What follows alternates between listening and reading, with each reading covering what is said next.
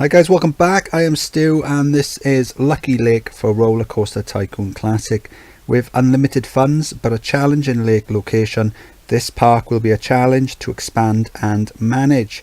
Your objective: to have at least 2,100 guests in your park. You must not let the park rating drop below 700 at any time. So we've recently done one similar to this. Extreme Heights wanted 4,500 guests and they liked intense coasters, but this one, no such criteria for that. All we need is 2,100 guests, so that shouldn't be an issue. Then we've got a large lake, so water's flat, so that means it might as well be building on flat land, so it's going to be fairly simple to build.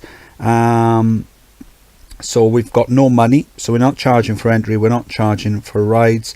Guests will have no money worries. In fact, they might as well stay forever because any food or drink we put down is going to be free.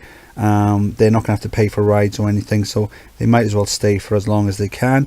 The only drawback to that is with research, we won't be able to select what we want to research. It'll just be completely random. So let's have a look what we've got to begin with then. We've got some transport rides. We've got not much in the way of gentle rides. A few coasters. These aren't too bad. I wouldn't mind a few better ones, but junior coaster and these ones here, they're not so bad. Not a bad selection of thrill rides. These are pretty good.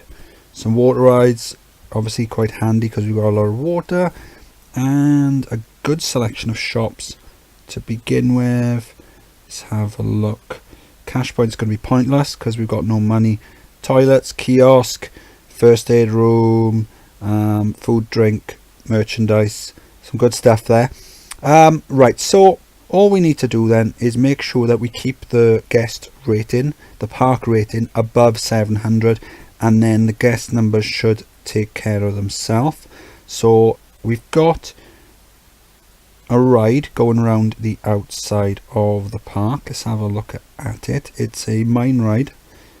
8 trains. Let's look at the stats then. Not bad excitement. So there's 4 different, as you can see, the ride time and ride length. There's 4 different figures there. So that tells me there's 4 different stations.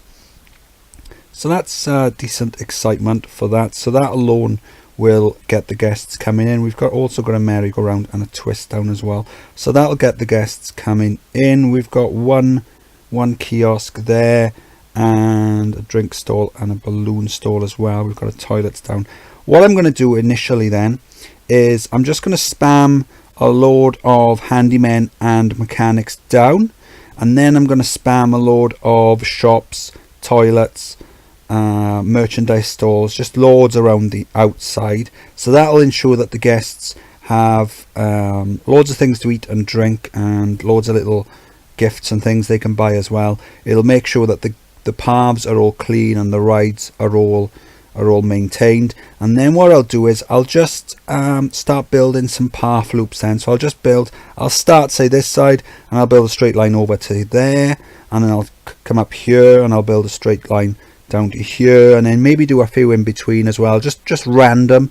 And then what I'll do is I'll start building rides in the middle, and then just let the guests take care of themselves, because this isn't going to be a difficult scenario. So let's crack on and see what happens.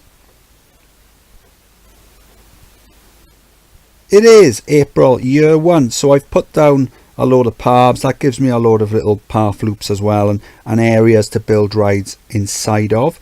I've gone around the outside, put in loads of shops and toilets and things like that as well. I've got loads of workers.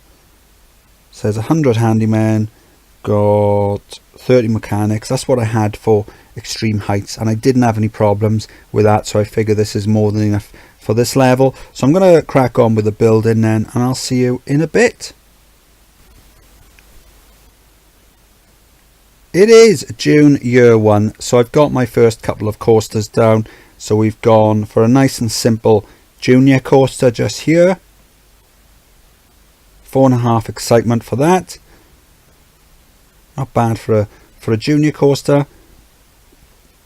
And then just over here then we've gone for a very simple designed for a corkscrew, so it takes it up the chain lift, drops it, cobra roll, a couple of loops, back up, and then the whole thing in reverse. So we've gone for a fairly sort of mild junior coaster, and then we've got quite an intense corkscrew coaster here. So we're at the moment we've got one from each end of the spectrum. So the guests who like the intense rides can come on this one, and the guests who like the junior coasters and the kiddie rides, they can go on the junior coaster. So all I need to do now is keep on building. We've got 700 guests in the park. The park rating it's not quite on maximum. It's getting there. It's not doing too bad. It's on its way up. So that looks fine. I'm happy with that. As long as it's over 700, we won't have any issues. And yeah, so I'm just going to crack on with the building. It is July year 1, and I've just finished this Flawless coaster. I like the way it almost stalls just there and just there again in the cobra roll. Little barrel roll there, helix.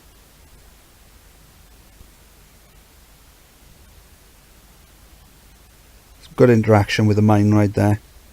That's the pre-built, the mine ride is. And then back to the station. So good excitement on that.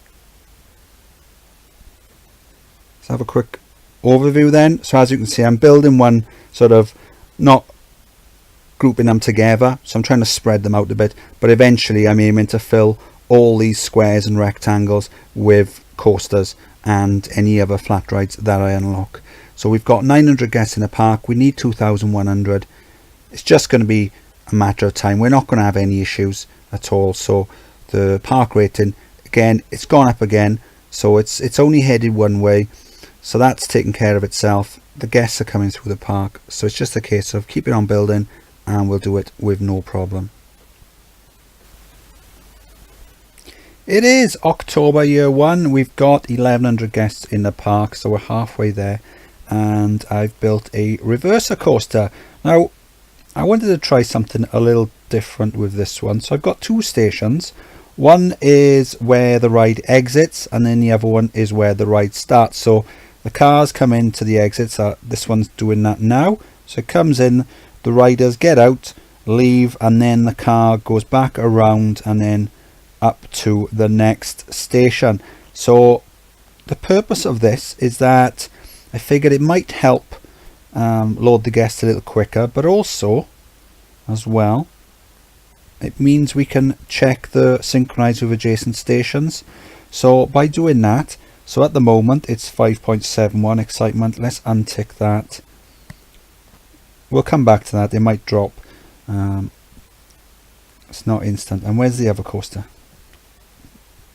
And there you go. So just over here then, I've built a mini coaster. So this one, because it's got the red cars, so I named that Outrun after the classic 80s game. And in case you were asking, in case you wanted to know, I'm on Team Splash Wave. Any other choice on the stereo at the start of the game was wrong.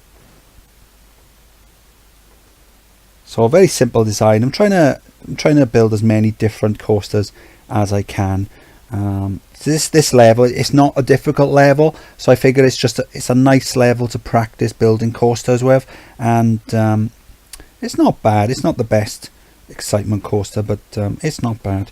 It's quite cheap and cheerful. So let's have a look back at the reverser coaster. Where's it gone? Back over there.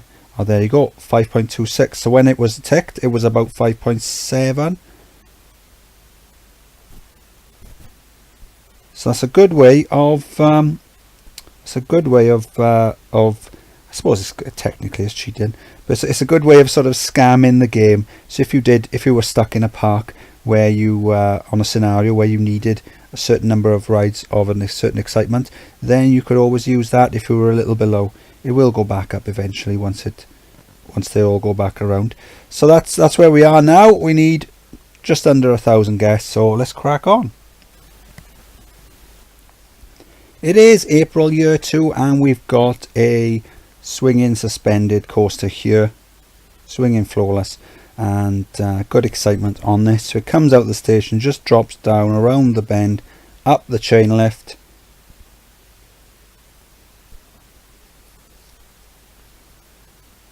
Takes a while.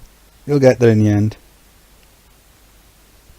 So it's got some good interactions with the other rides that it goes over and through as well. And then down the bend, some nice fast bends there. Back around. It's a bit awkward to get this little section in because it was quite tight, and I wanted to keep within the confines of this sort of path loop. And then back to the station. And then where's the other coaster that we built? I can't find them because they're all over the place. Ah, there you go. It's the one at the brightest coloured one, of course. It's a powered mine train. Again, we don't get to build these very often, and sometimes they can be a bit slow, but this one, because it's fairly flat, there aren't that many sort of changes of height, it does go pretty quick. So let's have a look then. So good excitement on this one. Only running the one train, but it's quite fast, it's quite exciting. Let's watch it going round. So with this one then, we've got a nice big space here. I just wanted to have it going over itself and under itself, a load of different bends, changes of height, that sort of thing, but not too many changes of height, so it slows down, because they can go very slow if you've got too many steep slopes. So I've got the speed up there just to help. So there you go. It does drop down, but it does then, as soon as it gets a chance, it gradually builds up then.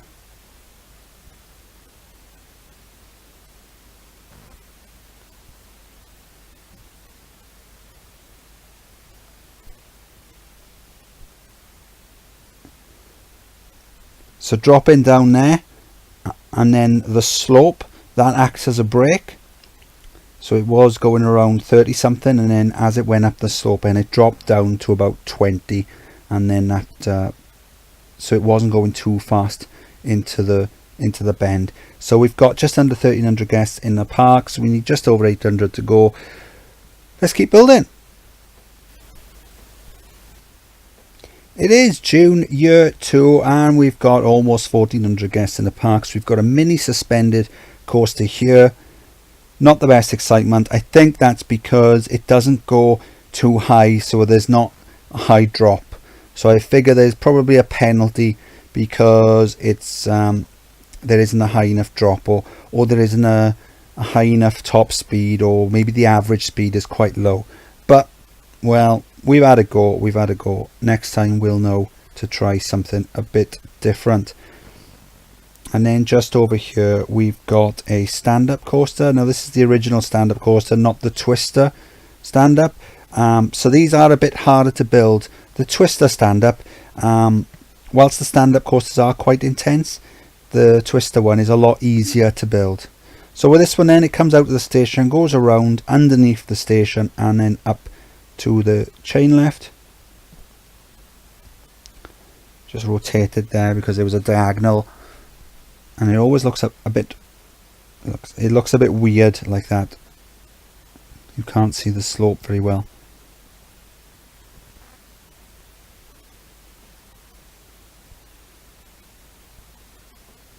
So a nice drop, do a fast bend, loop, back around, it goes under itself, over itself.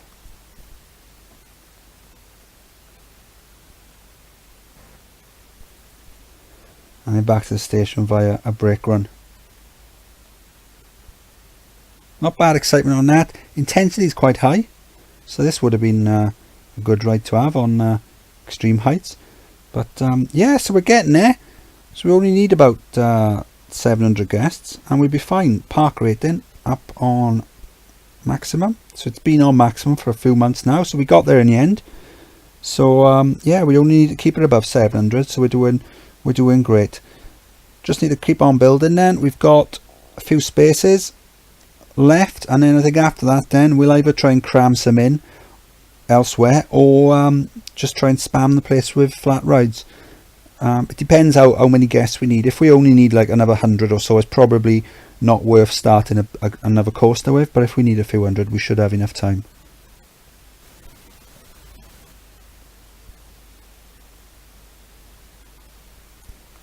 It is October year 2, so I've had a go at a flying turn. So they're quite similar to the bobsleigh coaster.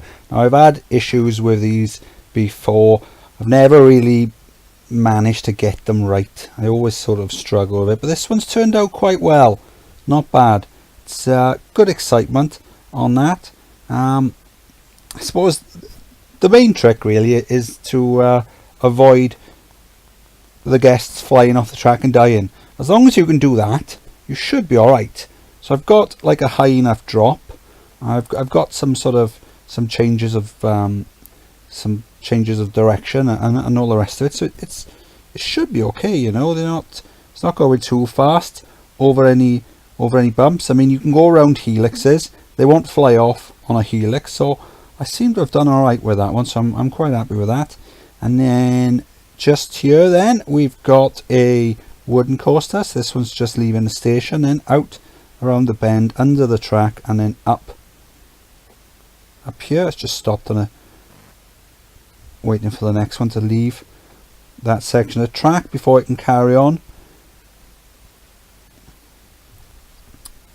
And then so just after the first dip, then you've got a nice head chopper element underneath that bend, back up over, almost stalls, little bend up, some nice interactions with itself.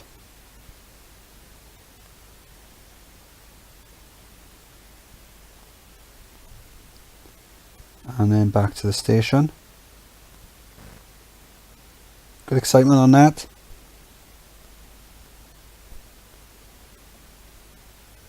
So we're doing all right. We've pretty much filled the space.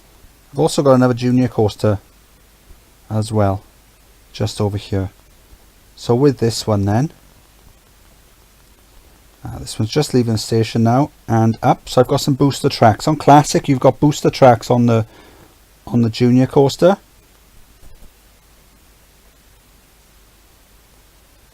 Doesn't make it go too fast. I mean, after all, it is a kiddie coaster.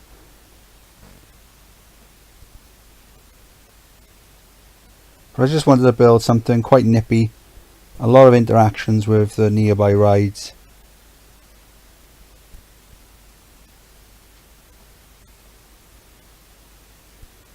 And there you go, little break section and back to the station.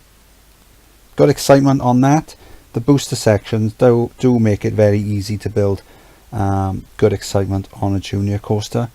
You do tend to get higher excitement than you'd normally get.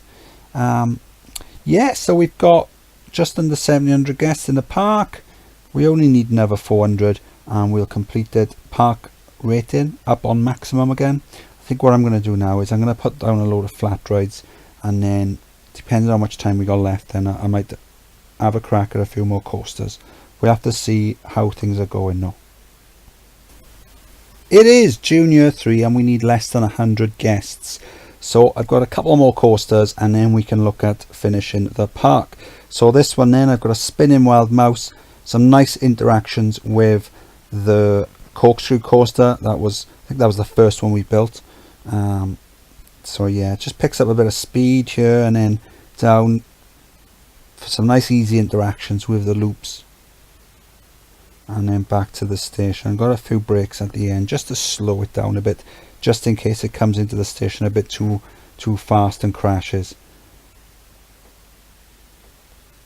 Not great excitement on that, so I was a little disappointed with that. Maybe it needs some higher drops. So there might be a penalty for that. And then just over here, oh, good timing. So we've got a flying coaster.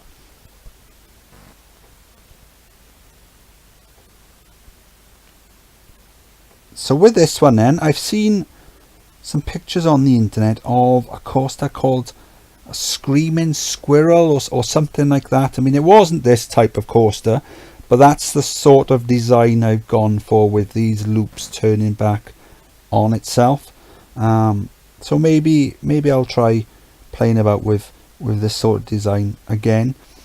Maybe do a higher one or something. But yeah, I just wanted to try it, just see how it turned out. It's quite a simple design,